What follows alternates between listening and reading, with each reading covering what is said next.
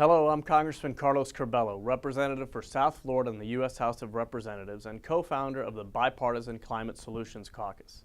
I'm sorry I couldn't join you in person today, but I want to thank you for your interest in innovative policy solutions to lower carbon emissions and protect our environment, and I want to thank you for your leadership. Despite this time of deep political division and some days even political chaos, earlier this year I introduced a big, sober solution to address some of our country's greatest challenges. For years, Americans have been frustrated with our country's insufficient transportation infrastructure. Traffic congestion costs our economy billions of dollars each year, while diminishing quality of life for average Americans. Roads and bridges must be repaired and rebuilt, public transportation networks expanded, and airports modernized to secure a prosperous future for our country. The current administration has called for an ambitious infrastructure investment program, and Congress's response has been lukewarm at best. Another major concern for many Americans, especially among younger generations and those who live in coastal communities, is the reality of rising global temperatures, rising sea levels, and more extreme weather caused by the emission of greenhouse gases such as carbon dioxide.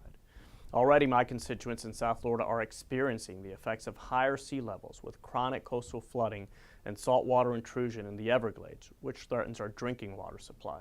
Also, ocean acidification is damaging coral reefs and threatening the livelihoods of fishermen and charter boat captains and all who rely on our tourism industry.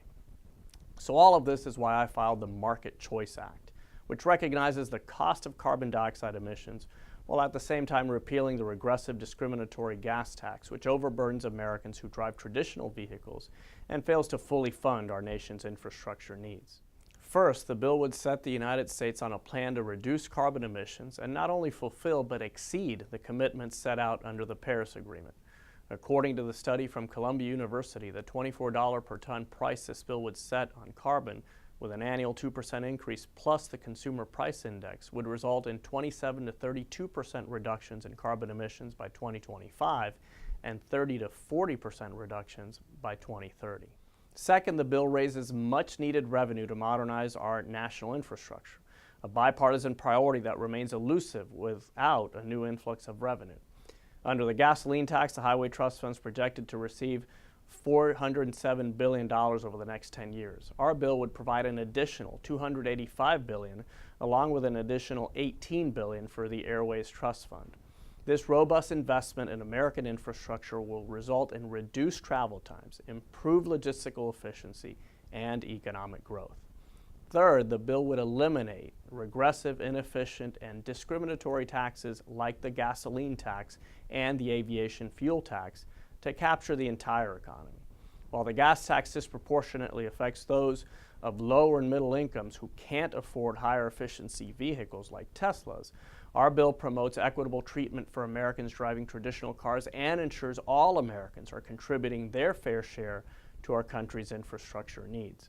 The bill also creates long-term regulation stability by establishing a moratorium on the EPA from finalizing and enforcing Clean Air Act regulations on greenhouse gas emissions, thus providing much-needed regulatory certainty for utilities and businesses and limiting economic repercussions of additional regulations.